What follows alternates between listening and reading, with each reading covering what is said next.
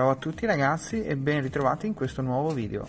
Oggi andiamo a vedere come sostituire la batteria sulla chiave della Smart 451, ma prima, se ancora non l'avete fatto, vi invito ad andare ad iscrivervi al canale attivando la campanellina, così potete rimanere sempre aggiornati su tutti i prossimi video che usciranno. Bene, adesso iniziamo con l'operazione. Utilizzando un cacciavite andiamo in questo modo ad aprire la plastica.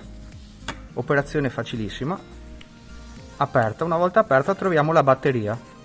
Da qui basterà sforzarla in questo modo ed eccola qui. La batteria è una CR2016. La andiamo a riposizionare in questo modo ed andiamo a richiudere il tutto.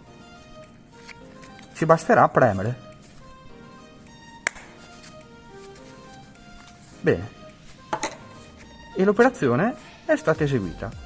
Se l'operazione vi è piaciuta vi invito ad iscrivervi al canale attivando la campanellina, così potete rimanere sempre aggiornati, e mettere un bel mi piace. E noi ci vediamo a presto con altri nuovi video. Ciao!